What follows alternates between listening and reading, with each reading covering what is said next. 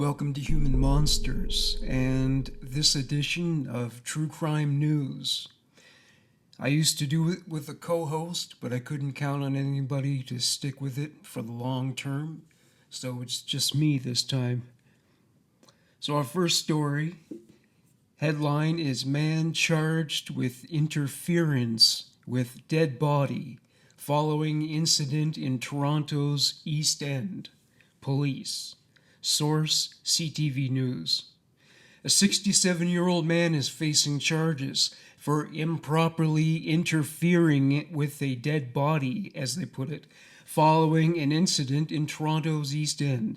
Police say that officers were dispatched to a residence near Larchmont Avenue and Queen Street East on Monday afternoon for a well-being call. Investigators say that a deceased person was located at the scene and another individual inside the residence was arrested. Bobby Choi Yin Kwan, 67, of Toronto, has been charged with improper/indecent interference with a dead body. He was scheduled to appear in court on Tuesday. Police say the cause of death remains unclear and that a post-mortem examination will be conducted. Homicide detectives are aware of the ongoing investigation, police say. Residents can expect a police presence for the next few days, police said in an email to CP24.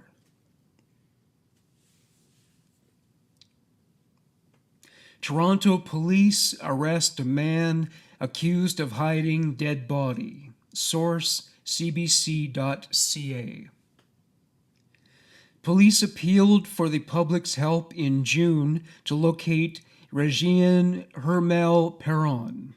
After several months of searching, Toronto police say they have arrested a man who was wanted in an investigation related to indignity to a human body. See the theme here?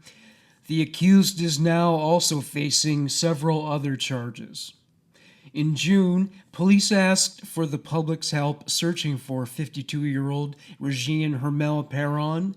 He was wanted in connection with an incident in May where a body was discovered in an apartment near Broadview Avenue and Dundas Street East. That's not far from where I live. An autopsy revealed the individual had died of natural causes, but police alleged Perron knew about the deceased individual but did not notify police. At a June news conference, Superintendent Kim O'Toole said Perron took, quote, deliberate steps, close quote, to conceal the body. She also said at the time that Perron was wanted for parole violations and that police were concerned he could be a threat to vulnerable people, including sex workers, homeless people, and members of the 2S LGBTQ plus community. The following month, police announced they had received additional information about the suspect and that Perron was also wanted for sexual assault, uttering threats, and forcible confinement. Toronto police said in a news release on Sunday that Perron was arrested and has been charged with 6 offenses, including related to interfering with a dead body and sexual assault.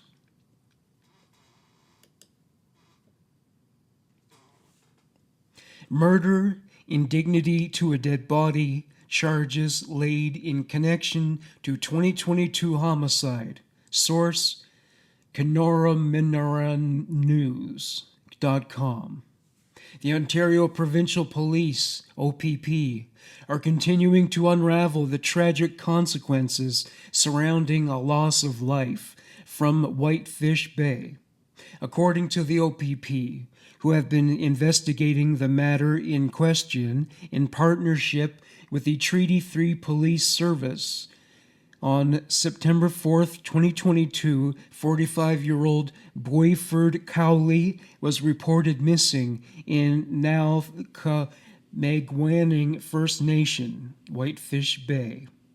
4 days later, the police discovered human remains in the Northwest Angle, number 33, First Nation, and a post-mortem examination eventually determined that the remains were the missing man from Whitefish Bay. Nearly 3 years later, the OPP have laid charges against 2 local individuals in relation to the incident. On May 22nd, a 38-year-old man from Kenora was arrested and charged with second-degree murder as well as indignity to a dead body under the Canadian Criminal Code.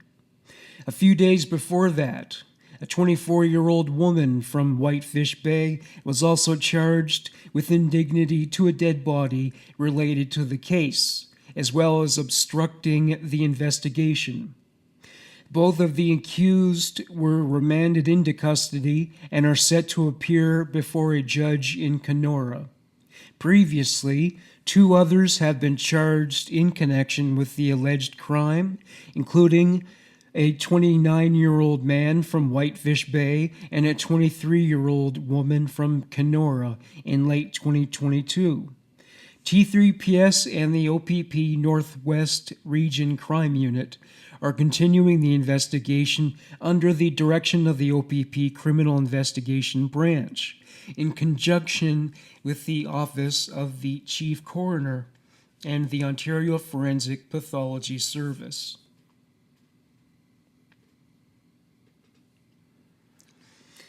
Man pleads guilty to 2 counts of indignity to a dead body relating to missing Ontario couple. Source: globalnews.ca. Ricaldo Libard sobbed in a Newmarket, Ontario courtroom as Justice Michelle Fuerst asked if the Vaughan man understood that pleading guilty meant he was giving up his right to a trial. After calling a brief recess, Libard returned to the courtroom with his lawyer and told the judge he wanted to proceed. Libard then pleaded guilty to 2 counts of indignity to a dead body in relation to the murders of Markham couple Kwok Tran and Christy Nguyen. According to an agreed statement of fact read out in court, Tran, 37, and his girlfriend Nguyen, 25, were reported missing on September 19, 2021, by Tran's brother, who said the couple failed to show up for a dinner the night before. Police traced Christy Nguyen's vehicle to 111 Zenway Boulevard in the city of Vaughan, where video surveillance captured Tran and Nguyen walking towards Unit 6, Ultra Garden Supply, at 5:19 p.m. the day prior, September 18th. Minutes later, the couple was seen walking back towards the vehicle. The man police alleged murdered the couple, Phuong Tan Nguyen, is also seen on camera. The couple is then seen entering Unit 6 around 5:30 p.m., but is never seen leaving the unit again. It's been believed Tran and Nguyen were murdered there that night. Phuong Tan Nguyen is later seen in the loading bay of Ultra Garden Supply and ultimately seen leaving at 11:59 p.m. At about 10:58 p.m., Libard admits he drove a transport truck to 111 Zenway Boulevard, where he reversed into the loading dock. At about 11:33 p.m., Libard admits he loaded a skid onto the truck and drove to 205 Trade Valley Drive, just 4 kilometers away. It's there that Libard admits he disposed of the bodies in a commercial dumpster bin. Police later learned that 2 dumpsters were emptied on September 24, 2021, and may have been taken to a landfill in Sarnia, Michigan, or both. An employee at Ultra Garden Supply told police on September 20th that a skid previously covered in sod was gone. It's believed the skid was used to transport the bodies. The facts state that on September 23rd, police located blood inside Unit 6 associated with Christy Nguyen. On September 29th, Tran's decomposing body, wrapped in black and clear plastic, was located at the Twin Creeks Landfill and Environmental Center in Watford, Ontario. Christy Nguyen's body has never been recovered. Liebert admits Phuong Tan Nguyen called him to pick something up, and the items were packaged in black and clear plastic on a skid, but he didn't make inquiries about what it was despite the fact his suspicions were aroused. The bodies were ultimately put in dumpster bins, and Liebert admits he was willfully blind to disposing of them. Liebert also admits it took more time to dispose of the bodies than it did to load them into the truck. 2 other counts of accessory after the fact to murder are expected to be withdrawn at the next court date. Liebert remains out on bail and will return to court in March via Zoom when a date for sentencing will be set. Man treated like a dog before murder in upstate New York, prosecutor says. Source, ctvnews.ca. Canandaigua, New York. 7 people accused of killing a 24-year-old man in upstate New York subjected him to weeks of torture that included sexual assault, forcing him to eat feces, and pouring bleach on him, prosecutors said Wednesday. The disturbing allegations came as the suspects were indicted on first-degree murder charges in the death of Sam Nordquist, whose body was found last month wrapped in plastic and dumped in a field in the Finger Lakes region. The group, who had previously been arrested for second-degree murder, were also accused of kidnapping and child endangerment in the 11-count indictment. Nordquist, a black man from Minnesota, was transgender, but authorities have said they have no evidence of a hate crime. There are alleged assailants who identified as LGBTQ+, and at least one lived with Nordquist, authorities said.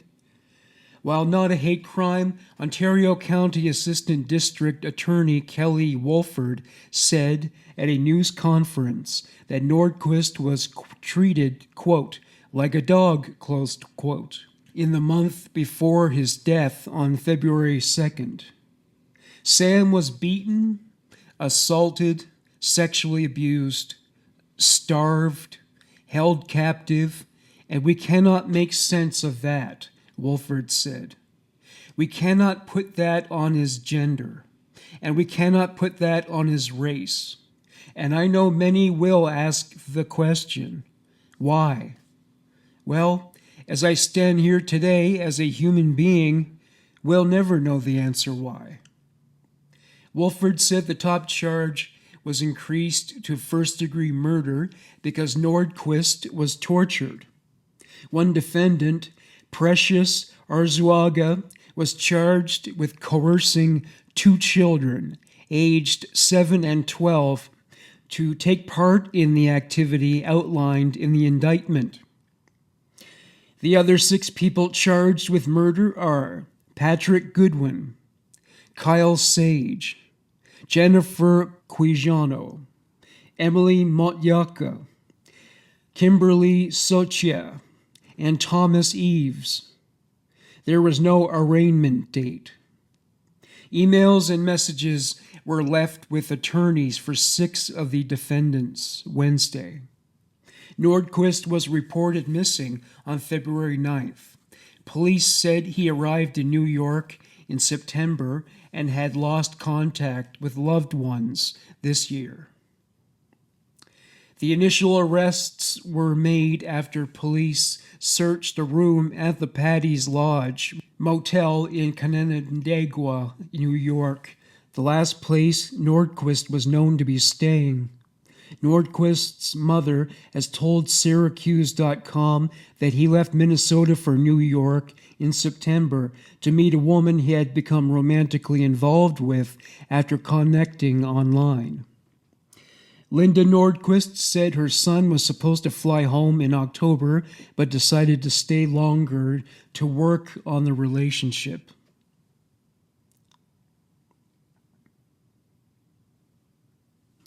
Canada-wide warrant issued for a sex offender who could be in Ontario, police say. Source: insaga.com. Police are asking the public to help find a man convicted of sexual assault wanted on a Canada-wide warrant who could be in Ontario. The OPP's Repeat Offender Parole Enforcement Squad said on Friday that investigators are searching for 55-year-old Darren Wheatley. Police say Wheatley served a more than 10-year sentence for 2 counts each of sexual assault and sexual assault cause bodily harm and choking, and was then placed on a long-term supervision order. The 55-year-old is wanted for a breach of his supervision order and is known to frequent Parry Sound and the downtown core area of Toronto, and previously lived in BC. Anyone who has had contact with this Wheatley or information in regards to his whereabouts is asked to contact the provincial ROPE squad at 416-808-5900 or toll free at 1-866-870-7673. Diddy trial day 13 full recap. Former employee who says she was sexually assaulted continues testimony. Source: people.com. The woman is another key witness at Sean Diddy Combs' trial. A former employee of Sean Diddy Combs' court testimony on the stand at the Bad Boy Records founder's trial on Friday, May 30th, was given. The employee, testifying under the pseudonym Mia, testified Thursday that Combs sexually assaulted her on multiple occasions. Mia was also asked about alleged physical assaults of Cassandra Cassie Ventura that she said she witnessed. Prosecutors continued with their direct examination of the former Combs employee before defense attorneys began cross-examination. Combs is charged with sex trafficking, racketeering, and transportation to engage in prostitution, and has pleaded not guilty. Trump asked about potentially pardoning Diddy. If convicted, Combs could face up to life in prison. During a press briefing reported by ABC News, President Donald Trump was asked if he would consider a pardon if the music mogul is convicted. "I haven't spoken to him for years," Trump said. "I don't know. I would certainly look at the facts. If I think someone was mistreated, it wouldn't matter whether they like me or don't."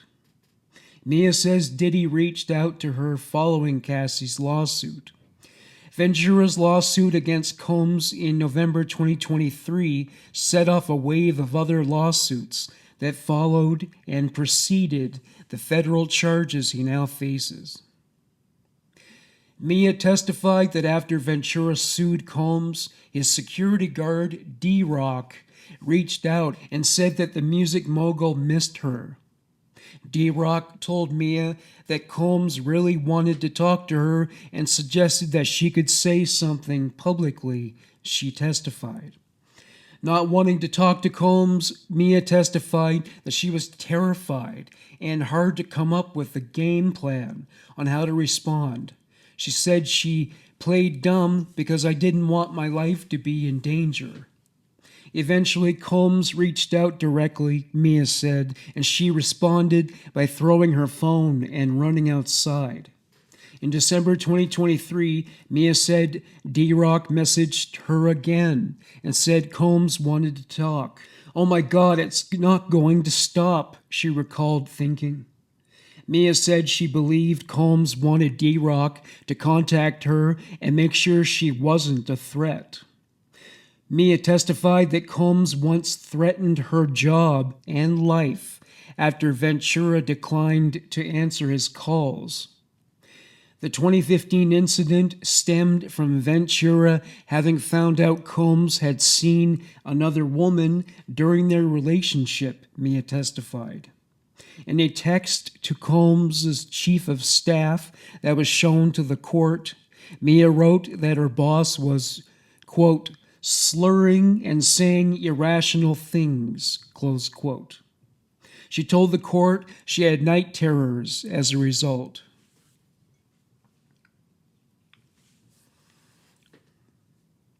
Malena and Paloma Locke vanished from a school bus stop in Saipan 14 years ago. Source, FBI.gov.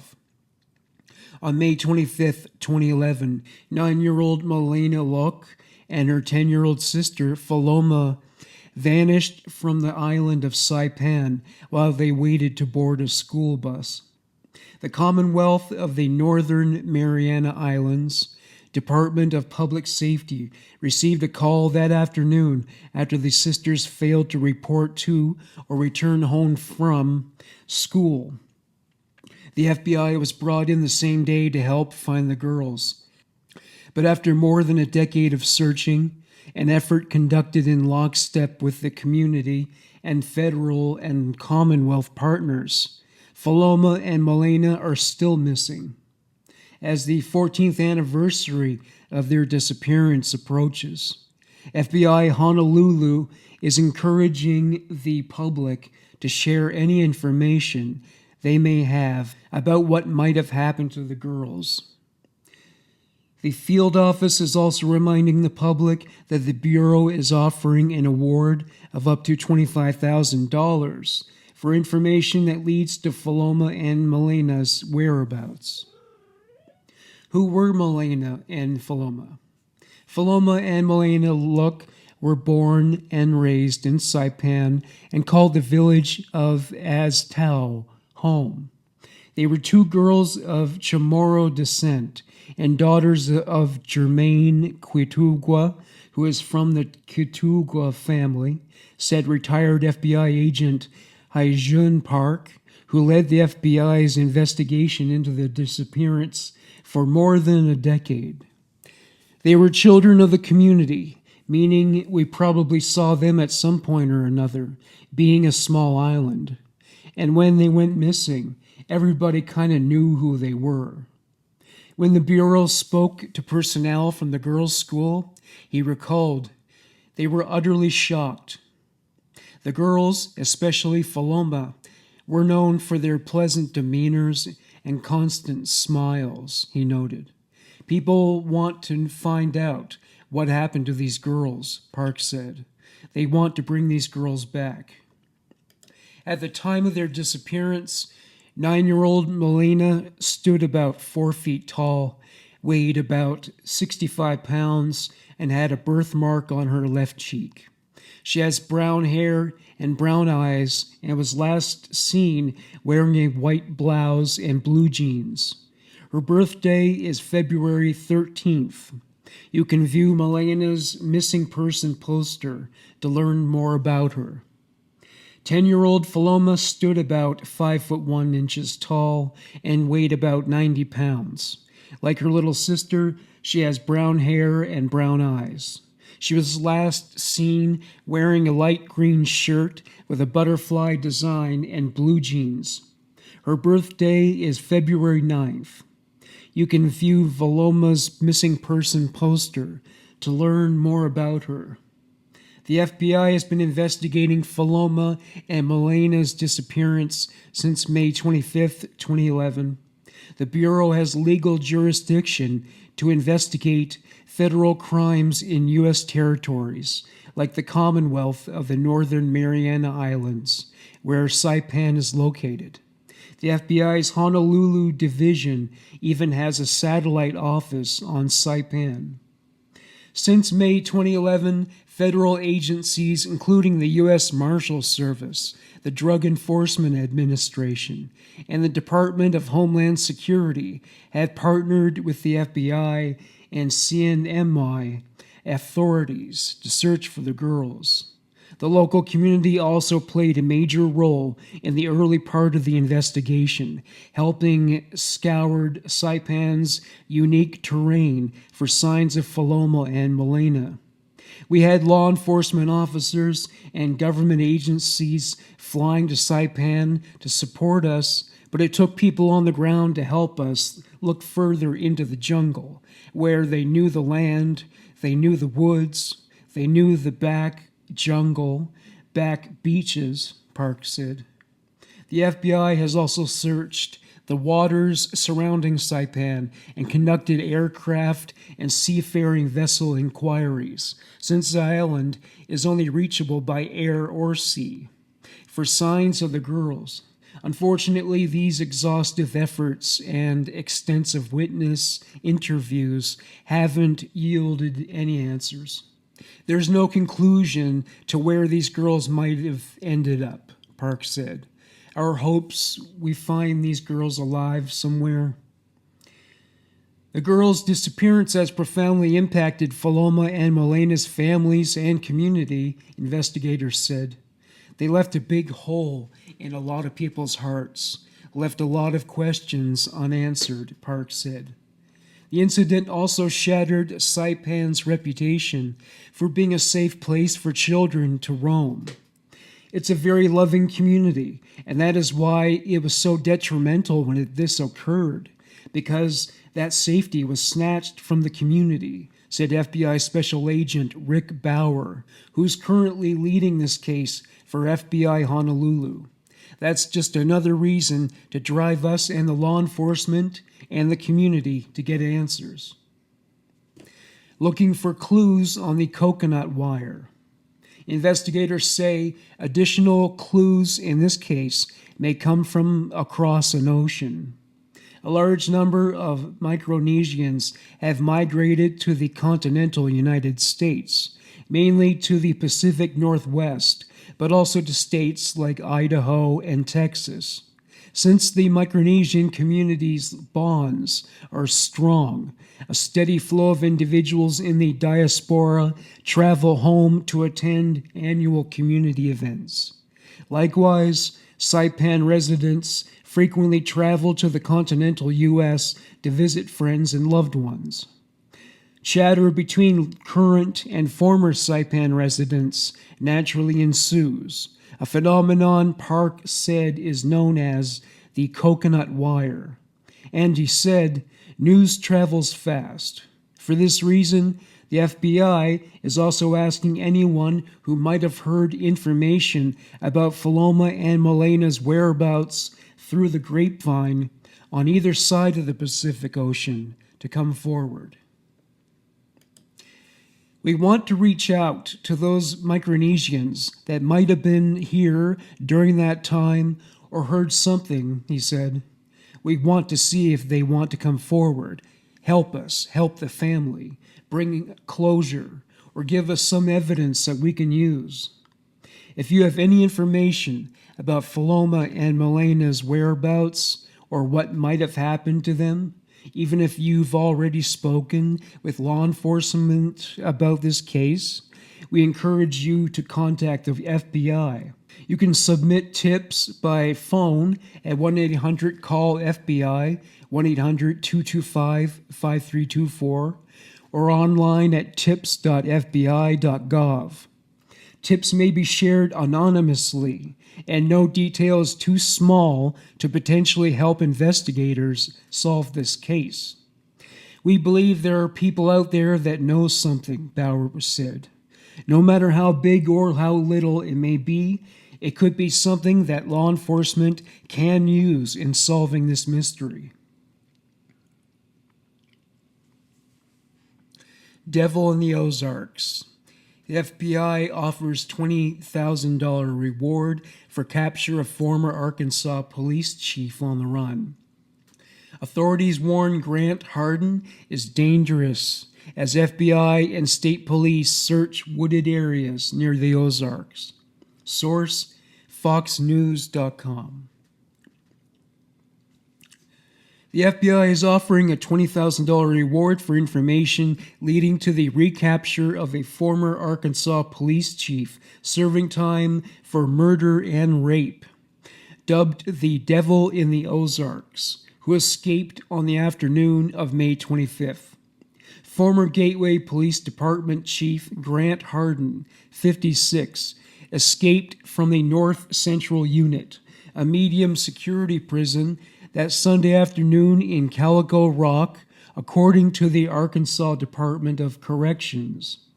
The FBI said Hardin has ties to Garfield, Eureka Springs, Holiday Island, and Huntsville.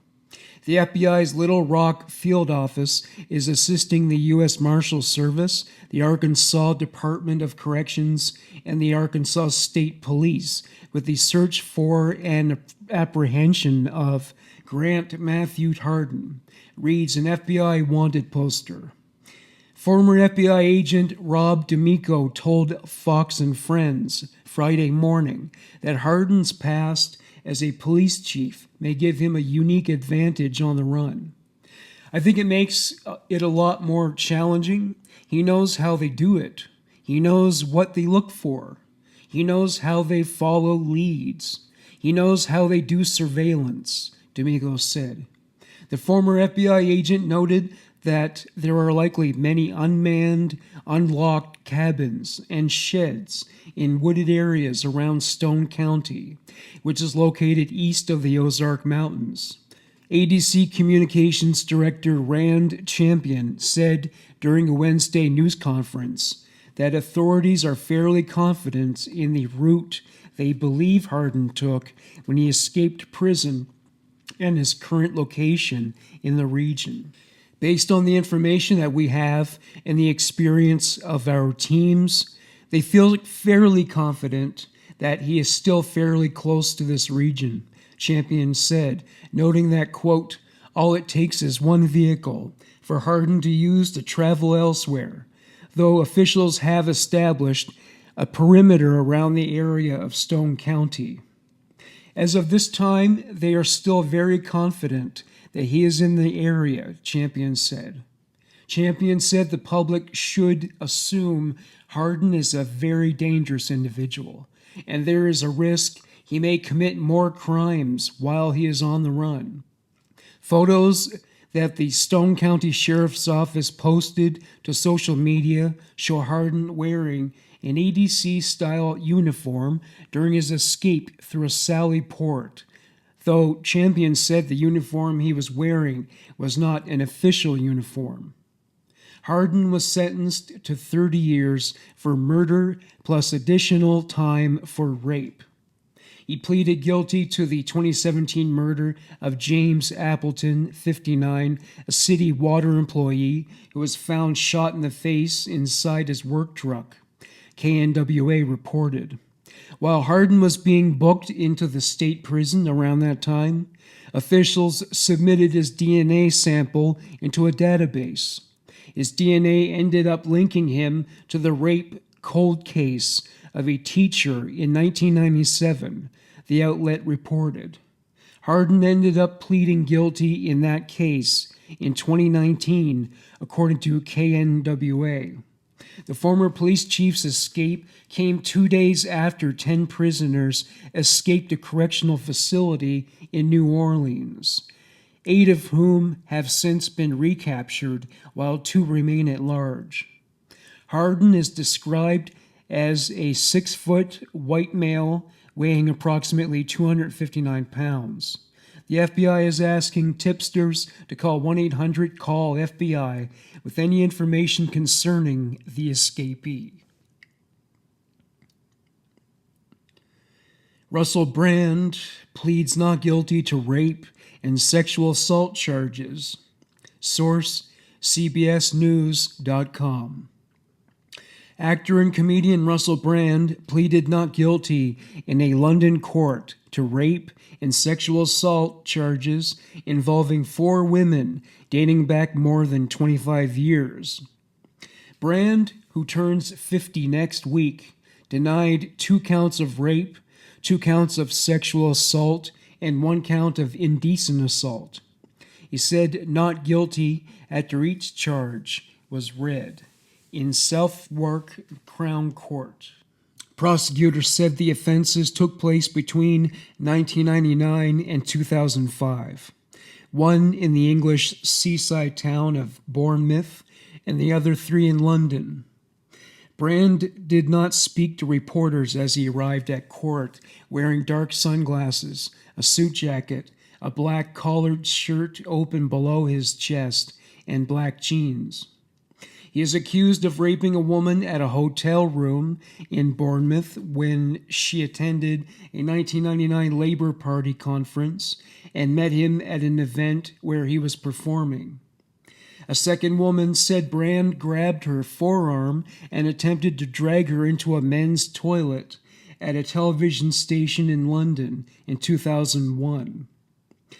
The third accuser was a television employee who met Brand at a 2004 birthday party where he allegedly grabbed her breasts before pulling her into a toilet and forcing her to perform oral sex.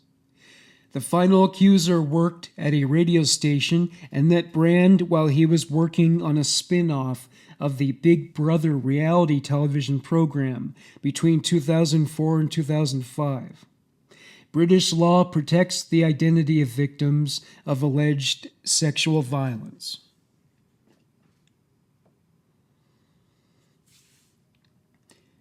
Teen arrested in South Carolina party boat shooting that hurt 11 people. Source, APN News. Little River, South Carolina. A 19-year-old has been taken into custody in Illinois, and authorities said they plan to charge him in a shooting that hurt 11 people after a party boat cruise in South Carolina. The shooting happened Sunday night on a dock in Little River after a fight on the boat during the 3-hour cruise, Horry County Police said. The suspect is expected to be charged with several counts of attempted murder and possession of a weapon during a violent crime, and then officials will seek to extradite him from Lake County, Illinois, back to South Carolina, police said. The investigation into the shooting continues, and more people could be charged, authorities said.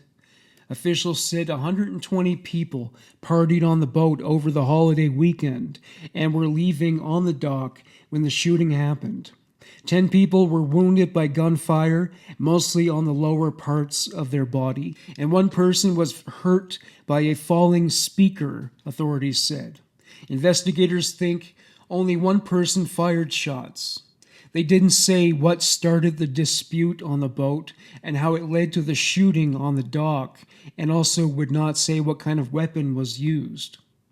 About 3 miles, 5 kilometers, down the intercoastal waterway, a North Myrtle Beach police officer accidentally shot himself in the leg as he tried to get a boat into the water to respond to the shooting scene, officials said.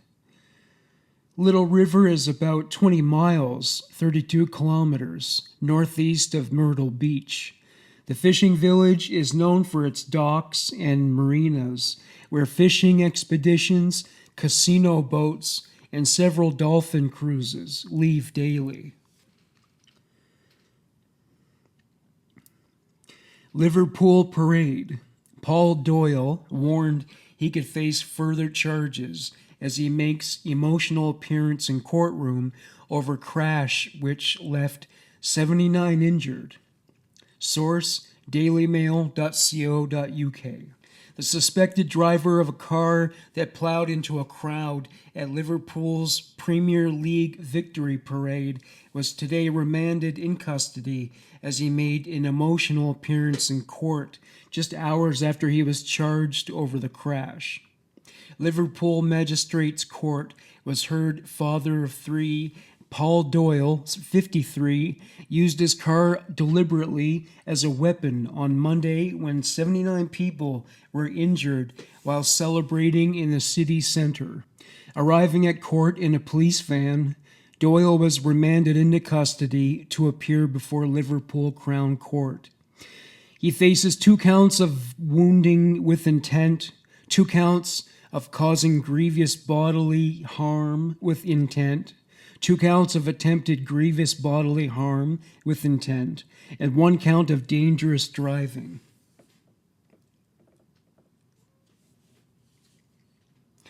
Chief's grave concerns over school sex offenses.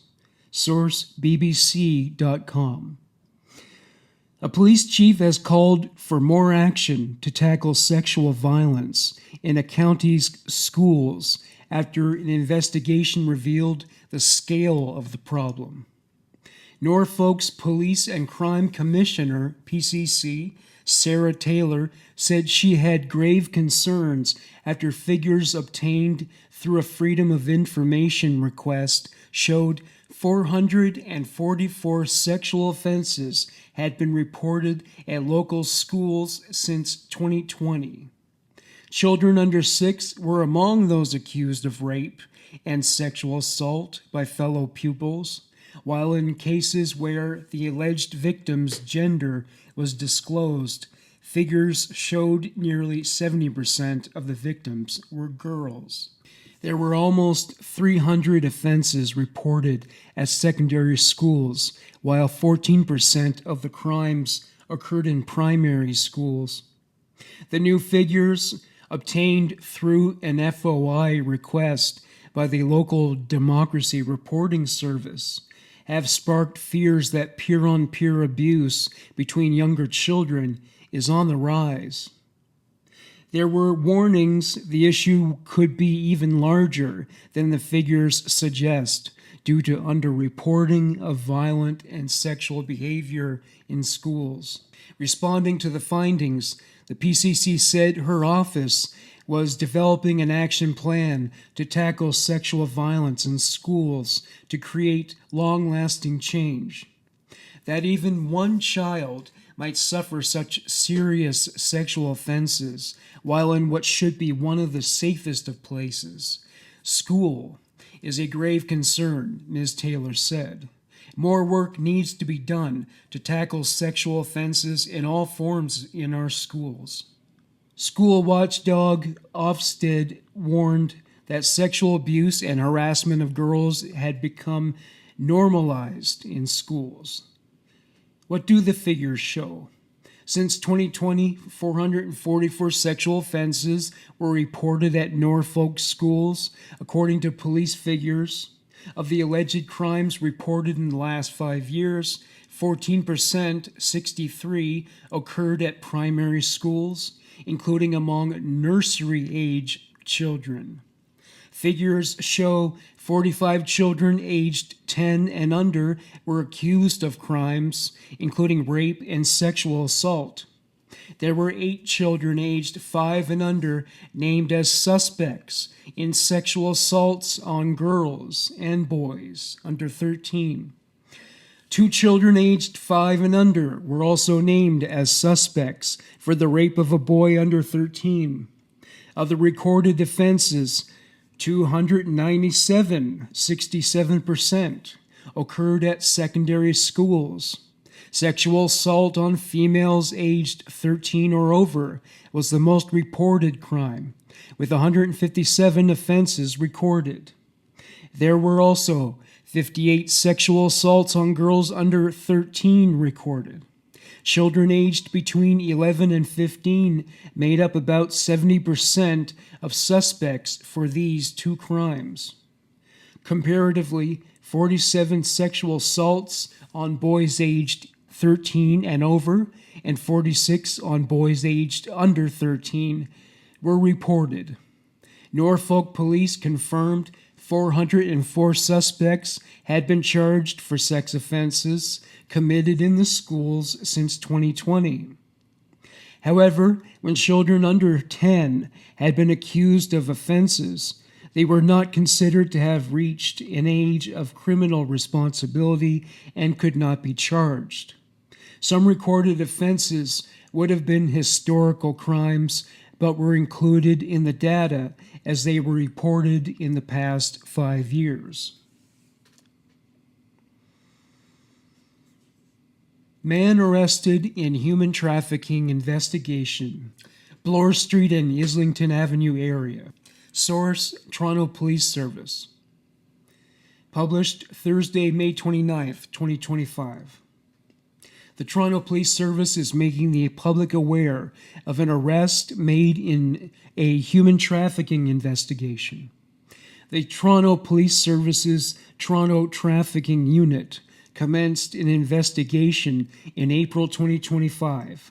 It is alleged that the female victim met the accused while living in the same neighborhood. The accused subsequently sex trafficked the victim. Through a combination of deception, coercion, and threats, the female victim was sex trafficked in Ontario for approximately 3 months. The money earned throughout the trafficking period was turned over to the accused. On Thursday, May 22nd, 2025, members of the Human Trafficking Unit made an arrest in relation to this investigation.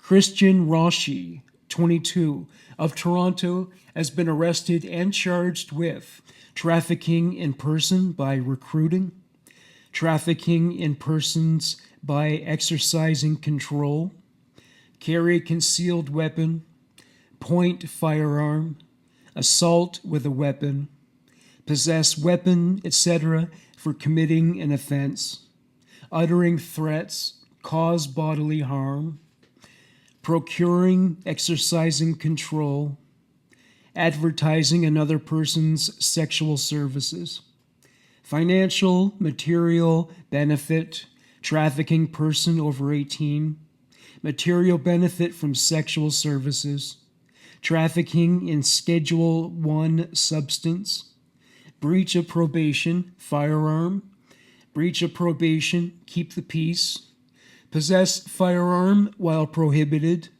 4 counts of operation while prohibited, breach of a probation order, 2 counts of possess Schedule 1 substance for trafficking, 2 counts of unlawfully possess Schedule 1 substance, possess Schedule 3 substance for trafficking, unlawfully possess Schedule 3 substance, possess proceeds or property or thing obtained by crime / not exceeding $5,000. He is scheduled to appear in court at the Ontario Court of Justice, 10 Armory Street, Friday, May 30th, 2025, at 10 a.m. in room 107. Police are concerned there may be more victims. An image of the accused has been released. Anyone with information is asked to contact police at 416-808-7474, Crime Stoppers anonymously at 416-222-TIPS, or at www.222tips.com. You can also contact police at the email address humantrafficking@torontopolice.on.ca. Human trafficking means every person who recruits, transports, transfers, receives, holds, conceals, or harbors a person or exercises control, direction, or influence over the movements of a person for the purpose of exploiting them or facilitating their exploitation for a sexual purpose or a forced labor purpose. Victims can be men, women, or children, can be Canadian citizens, and can be moved across local, provincial, or national borders. They can be coerced through violence or the threat of violence against family and friends. The Human Trafficking Unit of Sex Crimes is dedicated to investigating these crimes against vulnerable members of society. For more information, please visit the Sex Crimes website. Police would like to encourage all affected individuals to come forward and report human trafficking occurrences to the police. We want to ensure everyone has access to support services and an exit strategy, regardless of their decision to proceed criminally. Founder of Haitian orphanage sentenced to 210 years in prison for sexually abusing boys in his care. Source, FBI.gov. Wednesday, May 28th, 2025. Miami. On May 23rd, a Colorado man was sentenced to 210 years in prison for sexually abusing numerous children at the orphanage he founded and directed in Haiti. According to court documents and evidence presented at trial, Michael Carl Geilenfeld, 73, most recently of Littleton, founded St. Joseph's Home for Boys, a home for orphaned, impoverished, and otherwise vulnerable children in Haiti, in 1985, and operated it for more than 2 decades. During this time, Geilenfeld repeatedly traveled from the United States to Haiti, where he sexually abused the boys entrusted to his care. He also physically and emotionally abused the children in the home, including through physical assault and other forms of punishment. In February 2025, a federal jury convicted Geilenfeld of 1 count of traveling in foreign commerce for the purpose of engaging in illicit sexual conduct, and 6 counts of engaging in illicit sexual conduct in a foreign place between 2005 and 2010. Each of the 6 counts of engaging in illicit sexual conduct relates to a separate victim who was a child at the time of the offense. At trial, these 6 victims testified about the sexual abuse they suffered at the hands of Geilenfeld and the devastating impact it had on them, as did other victims, now adults, who were not the subject of the charged offenses. Victims and witnesses also described the physical abuse Geilenfeld inflicted on his victims and the manipulation that he employed to keep his operation running and financially supported by others. U.S. Immigrations and Customs Enforcement's Homeland Security investigations and FBI investigated the case. Executive Assistant U.S. Attorney Lacey Monk for the Southern District of Florida and trial attorneys Jessica L. Urban and Eduardo Palomo of the Criminal Division's Child Exploitation and Obscenity Section prosecuted the case. This case was brought as part of Project Safe Childhood, a nationwide initiative launched in May 2006 by the Department of Justice to combat the epidemic of child sexual exploitation and abuse. Led by U.S. Attorneys' offices and CEOs, Project Safe Childhood marshals federal, state, and local resources to better locate, apprehend, and prosecute individuals who exploit children via the internet, as well as to identify and rescue victims. For more information about Project Safe Childhood, visit www.justice.gov/PSC. He found strong, empathetic women, then destroyed us. Source, BBC.com. 9th of May, 2025. Convicted murderer and serial abuser Chiron Goodwin had a type when it came to women: hardworking, professional, and above all, empathetic. Goodwin was jailed for 35 years on Thursday for murdering his ex-girlfriend, Olivia Wood, in July last year at his Somerset flat when she tried to leave him after months of abuse. He was also jailed for a string of sexual offenses between 2020 and 2024 against 3 former partners, who have told the BBC that Goodwin groomed and then broke them. One said she was left not knowing which way was up and which was down after being bullied into taking drugs and forced to have sex with other men for Goodwin's pleasure. Another gave him more than £85,000 of her savings and was left completely cut off from her friends and family. Goodwin pleaded guilty to coercively controlling Ms. Wood and the 3 other victims. But they say that when they were with him, they did not realize what was happening to them. His relationships followed a pattern of, quote, love bombing his victims with adoration before quickly turning abusive and controlling. He would garner sympathy by warning them he was struggling with his mental health and that he would kill himself if they left.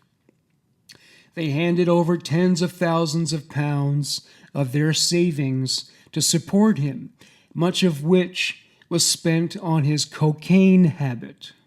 He would then leave them feeling dirty and disgusting by pressuring them to sleep with strangers or perform sex acts on camera, and such a deep sense of shame they were unable to tell anyone about it. Kate, whose real identity the BBC is protecting, said, "To start with, I thought he was the best person ever to exist. He was so lovely. He would do tiny little things to make me feel special all the time. But if she ever returned to her own flat, he would tell her, 'I can't be on my own. I'm really struggling. If you really cared, you'd be here.'" Jane, not her real name, believes Goodwin was quick to identify an empath who would do everything to help him if they believed his mental health was in crisis. "I do believe he groomed people. Based on my knowledge, he liked strong, caring, empathetic women," she said. She was in contact with Goodwin for 7 years on social media before they met in person and began a relationship.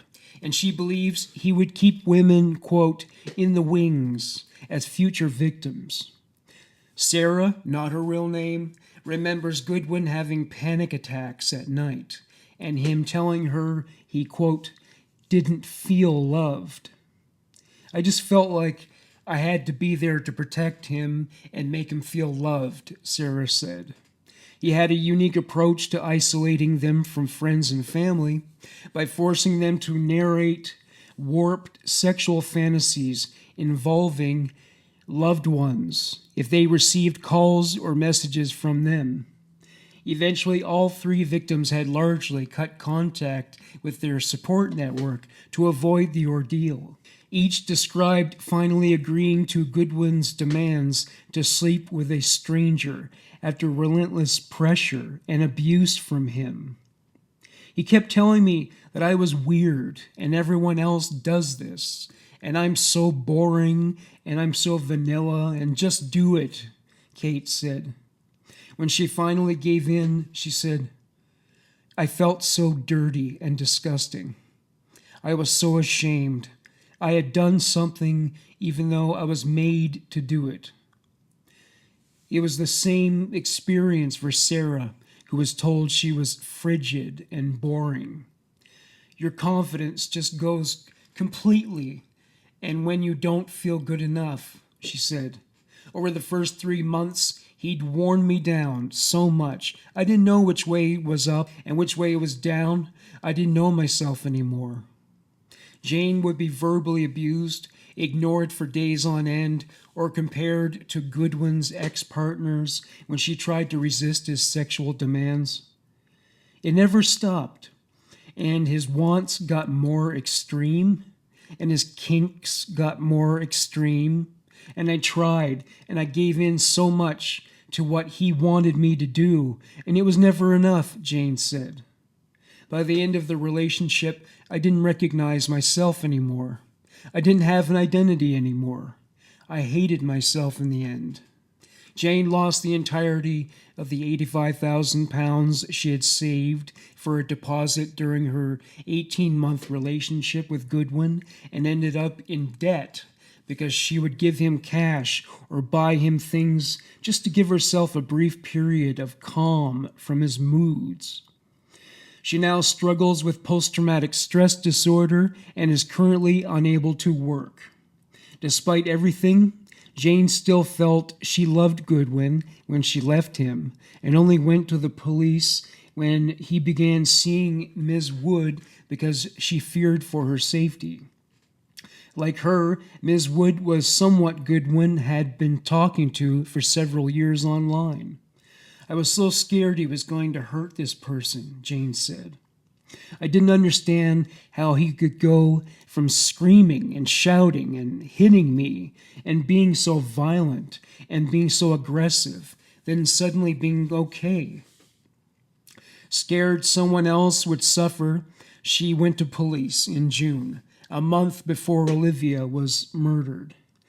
I just thought, we had more time before it escalated that quickly, and that hurts a lot, she added.